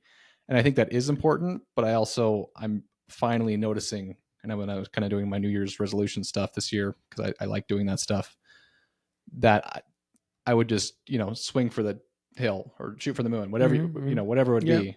And then I would just looking at the goal makes you feel overwhelmed and want to quit, because it's just so far out of reach compared to like where you're at now. But that's it was just funny you say that, because that's like a situation that I very recently was going through, and I'm, I'll be one that evaluates, where I'm at or what I'm doing on a frequent basis. That's just how I, reinforce what I'm doing for my own comfort and drive and motivation and whatever it is. But also getting over the hump of the shiny object syndrome of where I am bored. I don't need to make a switch necessarily. I can just, got to get over the hump of that and being new and whatnot. So. Yeah, but I'd say that also probably contradicts like staying in the same place and like, is it worth the switch? For myself personally, I can only speak for. I've noticed the people you're around for me is the most important thing. Yeah. And I heard this a while ago and it makes sense. You could be in the worst job in the world. It's like a shitty job with people you love and great people to be around. And that's, people are always happy and do better than if it's the best job in the world with the worst people. Mm. So I mean, I think there probably is definitely something to the environment of the brokerage you're working with. Yeah. And that's going to come down to the same thing. It's going to be intuitive. You're going to get a feel for it. There's been people more recently that I've met or been around. I'm like, I want to spend more time with that person or that person. There's something about, and it sounds very dumb, but it's their energy. There's something about them, being around them, that's just been like works well for me. Yeah. And I don't know, but I don't know if like that there's anything other than like trial and error. Yeah. And then eventually, it's funny, the whole time you're saying that, it's still like, I don't know why it goes back to this, but it sounds just like dating, because it's like, how many bad relationships do you get into till you realize you're the only common denominator? Yeah. So it's like, oh, I gotta like you said, do some self-evaluation and say, is it your mindset or is it you know what I mean? No, it's super interesting, and it's definitely a double-edged sword of finding that balance. And I do think, although I'm still working through my experiences and focusing on the people I surround myself with and environment and whatnot, because again, I think that kind of ties in with gut feeling and knowing who you're being around and energy and whatnot. But just, I do think that is a super important factor, and I just have to find out what works best for me. And don't get me wrong, the people at Century 21, like I think they're really good people. Like there's nothing wrong with the people. I think it would be maybe more beneficial for me to be around a younger, more driven environment, which that's just, maybe not what this place is. Sure. Yeah. So you have to like I think you're evaluating like what, and I think it changes. It can change as your life changes, but like you're evaluating what is the environment for you. Yeah. Like that's what you're evaluating. Is like what are the characteristics of the environment that would be optimal for you? And I don't know yet. Well, working on it. Yeah, but I think you probably, if you were like to write it down, you probably could identify most of them. And so like a couple that come to mind for me, like I'll just tell you what it is for me. I like to be engaged with my coworkers. Mm-hmm. I want engagement. Mm-hmm. Whether it's my boss, whether it's my coworkers, and like I want to be actively solving problems with those people, and I rely on them, they rely on me. So that's like actively engaged. That's one. Couple things come to mind. I think people are absolutely the most important thing. Is like, what kind of people are you around? Yeah. One thing that I've noticed at both places that I've worked for a long time is, at some point, I started to wonder about the expectations of the people that I worked with. Meaning, like they got to a point and they're like, well, this is it. Mm-hmm. And that's like the maximum amount of money I'm really going to make. And yeah, I'll get a little small raise every year. Right. And that always bothered me, but it took me a while to get there. Right. Cause you start here and then you get there. Yeah. And there's all these people above you, right? They were making more money than you, that are more successful than you, that are also better than you. Mm-hmm. And then like, you're kind of chipping away at that and you're making more money. You're getting better. You're making more money. And at some point you're like, okay, I'm looking around and like, why aren't these people demanding more? Yeah. They should be demanding more of themselves, of the company, right? And so that's, I think, a key indicator of like, are you surrounded by people that have some similar motivations? And if you're not, and that's not the culture, then maybe you need to leave. Yeah. Because otherwise you're going to be a problem. You're going to become a problem in the company. And you're going to be this guy that's a pest that's bothering everybody to make more money, right? To change the system, to buck the system. I haven't looked at it. I haven't flipped the script like that because everybody else is just compromised and they're like, they're cool. They're like hey, like this is the way it is. Good. The boss says this is the way it is. This is the way it is. Right. And so I think you have to ask yourself, like, why are people's like, they got to a point and then their expectations like stopped. Right. Or they're like, their desire to improve their well-being in life, like just stopped somewhere. That's been a challenge for me. The other one is, I think there's a time and place in certain companies where I've seen a culture of like the people who do the best make the most and get treated the best, which would make sense. Yeah. That would be like a merit-based system of like, if you do the best, you get the best. Right? Like, so then there's situations where like you have like the opposite, and it's whoever's going to do the most work for the least. Does that make sense? Do the most work for the least. Yep. Do the most work for the least pay. Okay. There's cultures like that where like the guy who gets promoted, the girl who gets promoted will work their butt off for peanuts. Right? That's and so it's like, well, why would they do that? Yeah. Right? Like and that's not a culture you want to be in, right? You want to be in a culture that's you work the most and you get the most. But there are definitely a lot of cultures that are like the person who gets to the top deals with the most bullshit, and they're willing to do it for basically not that much money. Yeah. That's such an interesting, the first point you kind of brought up. I've never thought of it from that way of how, because I think it's easy to, at least this is like a self-reflection moment that's happening right now. It's easy to create a fallacy in your head where you're like, well, maybe I'm the hero, so to speak, that comes in and like turns the company around and changes the culture and whatever it is. But everybody else is looking at you like you're the asshole. You're the problem. Like, what are you doing? Like we're cool. So that's, I've never thought of it that way. Yeah. Or like that's just the way it is and it's not going to change. Yeah. And so it may not change. Yeah. You know, and like the company will just go on and it'll be the way it is. And again, it's not a bad thing by any means.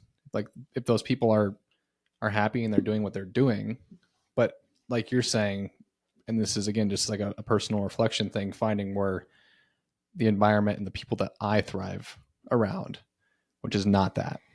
I like the competition and people pushing each other and stuff along those lines. So this is interesting. It's opening up that can of worms. A lot of people just, they prioritize comfort and safety, Totally. and for perfectly valid reasons, because they might have come from a very uncertain upbringing where things were just unknown and they're always stressed out. So they now have safety, a regular job, and some sort of rhythm to their life. And they're like, I'm so happy here. I'm so great. And like, that's totally fine. And that also, like, there's certain times in your life where that might be great. Yeah. What if you got, like if you just had a newborn child and you're like, dude, I'm trying to like cruise for the next 6 months because I got all this extra shit going on at the house. For sure. Well, then cruise for the next 6 months. Yeah. Right. Or a year, whatever it is. I don't know. Yeah. Or, I know people that are kind of in their 40s right now that are like taking a little bit of a step back for their career because they want to be their kid's baseball coach and like they need to free up time. Cool. Fucking go be your kid's baseball coach. That's sick. Like go do shit like that. That stuff's important too. Yeah. So it's a time and a place thing. If right now is learn as much and make as much money as you can, well then learn as much and make as much money as you can and work 70, 80, 90, 100 hours a week. Oh, now you got my gears going again about that. Now you'll be up till 2:00 in the morning. I'll be, I'll That's tell you all right. one thing that I was just thinking of to environment and people. Some of the people I've been like, I appreciate the most being around I was saying their energy is people that are like middle aged to older who, I mean, have some sort of success, like seem to be successful in their marriage and in their but who are really like really modern, like tech savvy. Cause it always tells me like, oh, they're from a different generation. They're like, they got 30, 40 years on me, but they're so open to change, like to the way everything's evolved. And they have like 60 years of experience. Yeah. That those people to me always just stick out because they seem like you're someone who's evolved as things have changed, and you've so you've been willing to change.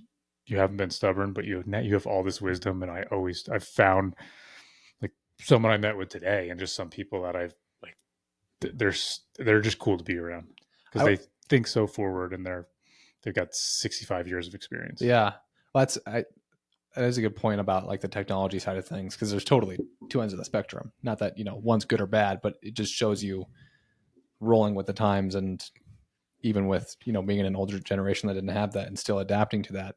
But I would 1000% agree with interactions and conversations with older generations. Like, I would say that's where I get along with people more. And this is something that I'm working out, which we don't need to go down the rabbit hole, but of more of the peer and similar age people relationships, and maybe more lack thereof. Like, I would say I have a lot of relationships, like friendships and whatever, with people who are older than me or way older than me, which granted, like, I look at a lot of them as mentors, which is a good thing, I think. But for me, I need to also focus on, kind of ground level, what I was alluding to earlier, just like peers, and surrounding myself with, like-minded, similar stage and journey of their life people. But yeah, I would agree with. Sometimes I can relate to like not feeling the same age as any of my peers growing up, because I took on a lot of responsibility at a very young age. Yeah. Just per my life situation and circumstances. And there were so many people. I'm like, fuck, I really like hanging out with 40-year-olds. Yeah. And I'm like 18. Yeah. But I felt like I could sit down and relate to them. Oh, 100%. Like, yeah, this is like, I got a lot going on. I'm like, yeah, me too. Man. Like, I don't fucking know what the hell I'm talking about or doing, but like, why do I feel like I get along with you so well? I would say most of my closer friends are like 30. Yeah. 27 to whatever, 30. Not that there's people I don't get along with that are my age. It feels like we're in different stages. One's not better, one's not worse necessarily. It's just like you're saying, it's harder to relate when you're just doing two totally separate things with your lives. Where do you think you gained this maturity? Because you're very mature for a 21-year-old. Where'd this come from? I couldn't tell you. And I appreciate that. I'll tell you at the same time, sometimes I love just hanging out with some 20-year-olds. Yeah. Because you're like, you're so fucking fun. Like, and I need this. I don't want to, I'm not trying to get old. Yeah. Right. Yeah. The whole other side of the coin of this entire conversation is like, there is something to people that don't worry about a lot of this shit. And enjoy the hell out of their life. For sure. Like, and that's a positive too. Like, there's something to say about that, because that, again, speaking for myself, is something that I can totally shy away from and be fine with it for a long time. You said you're going skiing tomorrow, right? Yeah. Yeah. Good for you're on the right track. Yeah. Here we go. We're good. Yeah. Every time I go snowboarding, I'm like, oh, it's a mental health day. But it's so fucking nice. It's one focus on the mountain. Just do it. It's beautiful. Mm-hmm. It's awesome. It's so good. Yeah. No, I'm with you. Should we keep going? Should I go back to what I was talking about earlier? Sure. Whatever you guys want to do. What were you talking about earlier? What were we talking about? Just kind of going back to college a little bit, because we were talking about school. You were talking about how you were 24, 25, competing with people who were 21 and whatnot. For me, with school, with college, specifically when I'm talking about school, like, I went for a year, general business, no direction, no purpose, just kind of on autopilot, did the Airbnb arbitrage or whatever. It just made zero sense for me at the time. Yeah. Like, I'm not anti-school, anti-college, I should say. Sure. Like, I think that's a pretty hot topic, and it's becoming more so. I think people are moving away from it, which if anything, it's not a good business decision, and it's fucking expensive and a lot of time, and expensive, very expensive. Yeah. So it's just interesting. School, never really loved it, but definitely, like you're saying, didn't make sense for the time and money investment there. And I think on a similar level, maybe you got it from a different way of just, I found that I would benefit more. Like, I'm a hands-on learner. Like, I like going and doing stuff, losing all my money in stocks, trading NFTs, whatever it is, working with my hands, doing plumbing, blah, blah, blah. Like, that's how I learn, or that's how I find I learn. So a lecture hall is not where I thrive, so to speak. Yeah. And I think it's important. I mean, I think school's a great thing. Like, I wouldn't want a doctor, operating on me that had never been to school. Like, there's certain things that I think that you should go to school for. If you have a direction, you're like, I want to go for, X degree to get X job, and that's great. But I found that I would get a lot more benefit from just going and doing stuff and like totally falling on my face. And I'm sure I've got a lot of more falls coming in the future, rather than sitting in a classroom. And did you, when you were talking about, when you were saying you were like 24 or 25 and you had gone to school and graduated and competing with these 21-year-olds, it sounds like you've also felt like you had a leg up because of that, just life experience, or like school experience specifically. Yeah. So I was already older than all my classmates by a year because I got held back. So I did first grade twice. Fucking, you got to do things. Sometimes you got to do things twice. Sometimes you got to do them 3 times. So I was already basically a year older than all my classmates. Yeah. Okay. So there's 1 year, right? And then it took me 5.5 years to get out of college. So there's really, basically another 3 years, right? So I had about 3 years on everybody that I was graduating with. Yeah. I see. I wasn't picking up what you're saying. You both graduated at the same time. You were just older. Yeah. So like, let's just say we both graduated now, right? I'd be 24. You'd be 21. Yeah. Right. So I have 3 years of life on you. Right. And just look at yourself. How different were you when you were 18, 19? Oh yeah. Right. And so like me from 21 to 24, I matured a lot, but the entire time I was working in construction. So from 16 to 24, while I was in high school and in college, I was working in construction the entire time. Yeah. As I was going to school for construction. So by the time I got out of school, like, I didn't know anything, but I knew a lot fucking more than a bunch of kids that got out of college that never did a construction job. And so I knew way more. And I was just more mature. So like, I knew how to answer the phone and talk to people. And I'd already didn't talk to like foremen and plumbers and electricians and carpenters. And I was very comfortable. And so my first handful of years at the company that I worked with I did awesome, and I was rewarded for it, and I got promoted, and I was doing a good job. Yeah. So like that, I had a good start to my career. I had like a lot of momentum. I was totally thinking about the wrong thing when you were talking about 24 versus 21, but that completely makes sense. I mean, totally. So I guess I'm really, at the end of the day, like, the takeaway is I had momentum. And I thought it was because of my maturity.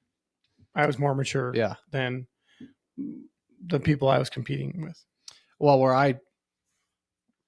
the point, again, what I was trying to make with the whole school thing was, I think my time would be better valued because I was doing like a general business degree, thinking that I was going to go, do whatever business, kind of broad, would be more valuable actually doing business or doing something correlated with business rather than sitting in a lecture hall or a classroom talking about business rather than, going and doing it. Like, that's just, again, how my brain operates. So that's what I did. I said, school, I'm done with school for now. Yeah. Can always go back, whatever, if I need to. And then that's when I kind of finally maybe came to my senses a little bit after doing all the guru stupid stuff. Started a handyman business.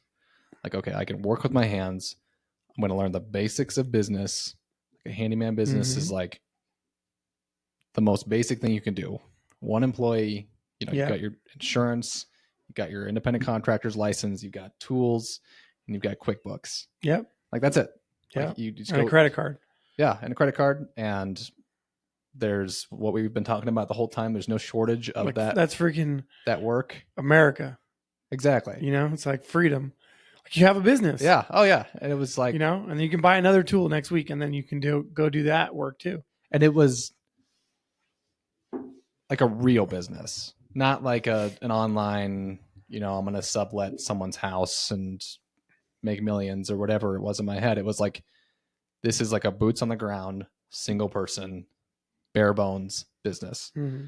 And so that was my plan. I started a handyman business, did that for, I guess, a little under a year. I still have my license. I still have my insurance. Okay. Still kind of doing it. Again, that's my fallback thing. Cause it's again, there's no shortage of business. You could knock on someone's house and be like, hey, you need handyman work. And they'll be like, yeah, sure. Great. Sure. Like, you don't want to talk about politics or whatever, but I think I'm very happy with that decision, even though it felt like a step backward, because I'm like, I'm going to go be a handyman. Like, it's just not a glamorous thing. Like, I think it's a great thing. And I think you can make a lot of money. Neither is running a concrete batch plant, but it probably makes a lot of money. It makes a lot of money. Exactly. Like, it doesn't have to be fancy. Yeah. So I don't know. I mean, that's just kind of where I ended up going with that. I just wanted to get, after all these, highs of trying these things and then crash and burns, I just wanted to get something under my belt to actually prove that I could run a basic business. And granted, I wasn't like raking in the dough by any means, but it was, getting clients. I was doing oddball jobs here and there, whatever. Had all my Milwaukee pack out. So I still got that. It's maybe the biggest benefit of anything. Cool. Shout out to Milwaukee Tools. Yeah. You sponsored yet by them? I don't know why they don't sponsor the podcast. I don't know why they haven't sponsored us. Kyle's got some inside ties with Milwaukee Tools. Yeah, I have some family members that work there. Do you? They do.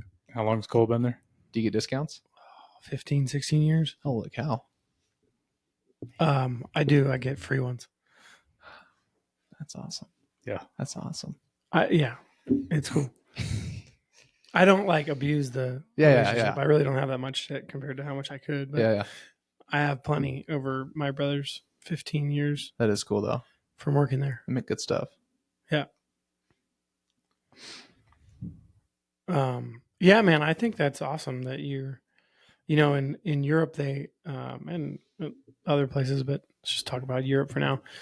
Like a gap year is totally normal. Like all kids take a gap year. Yeah.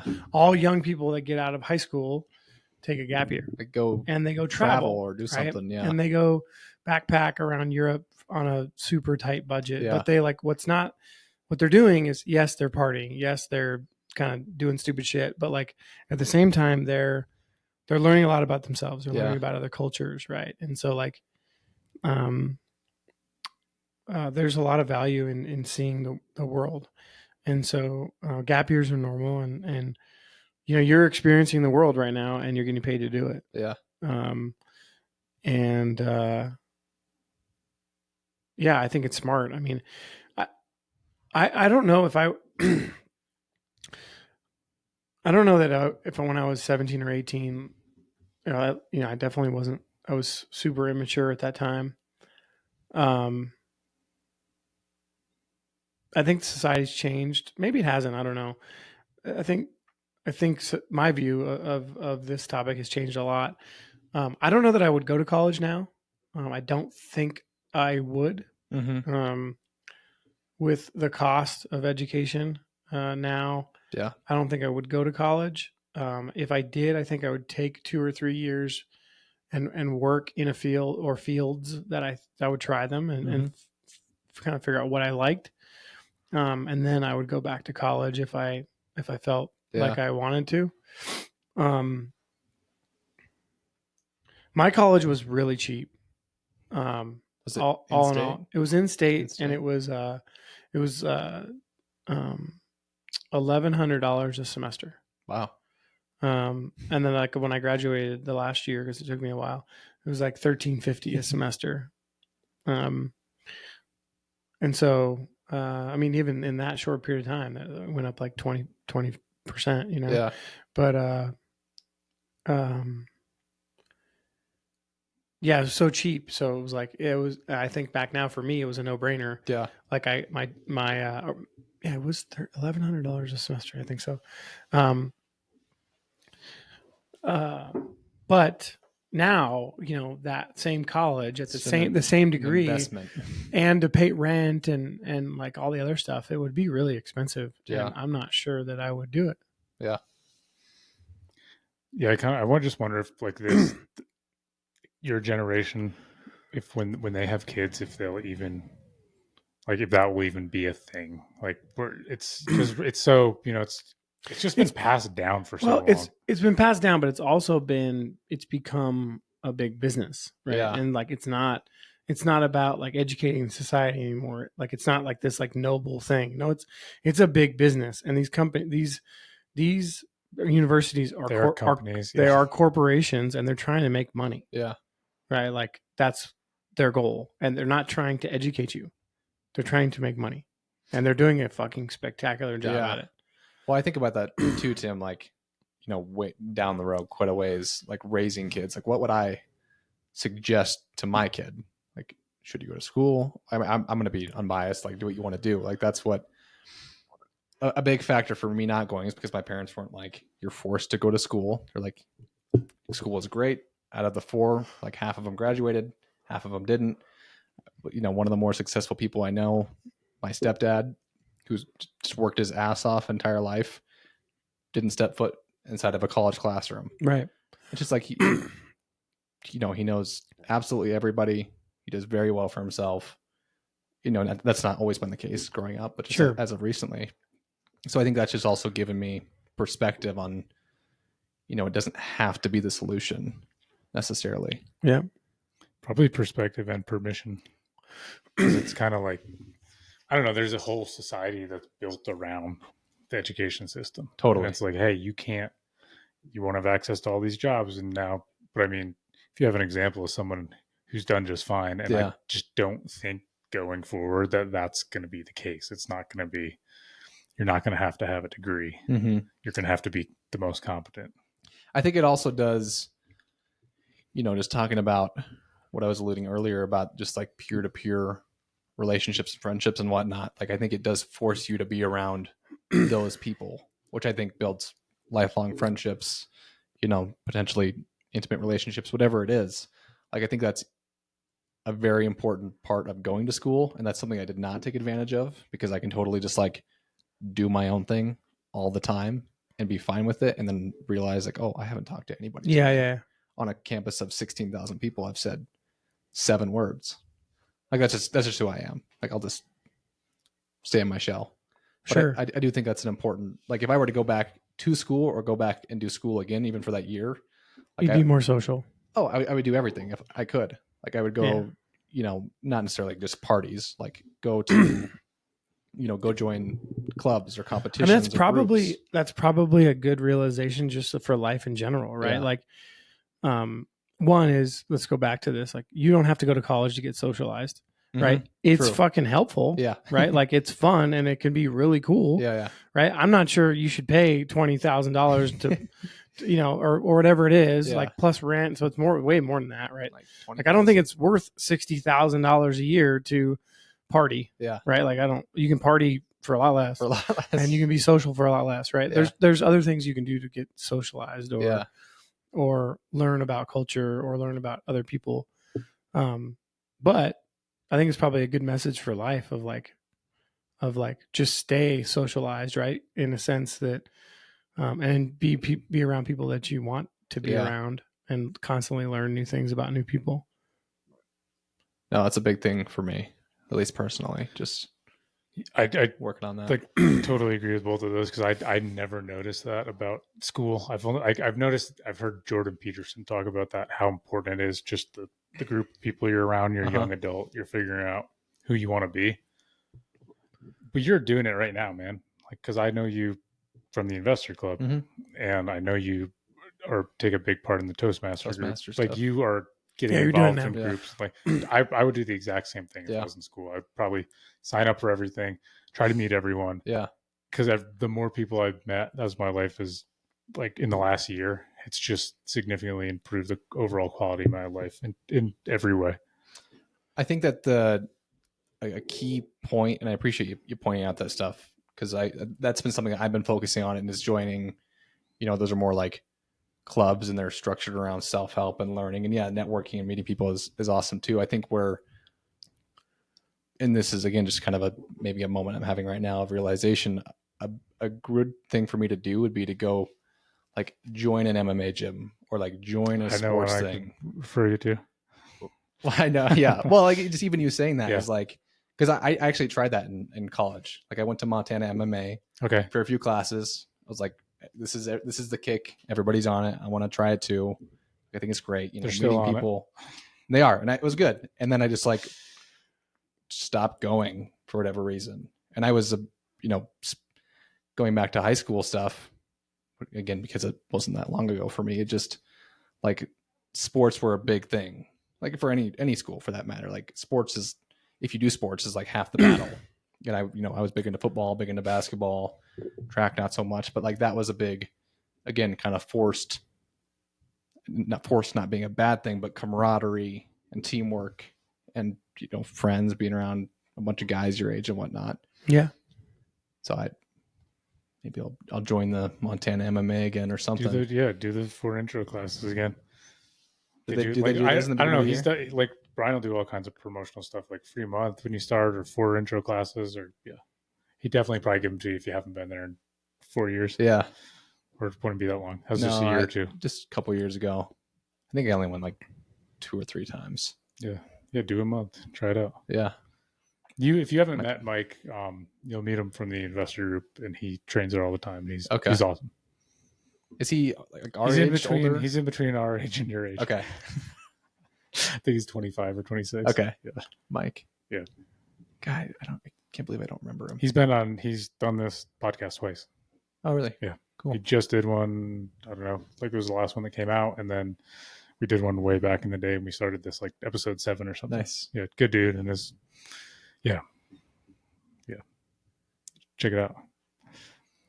Well, maybe that's 2025 New Year's resolution. Yeah. There you go. Do something.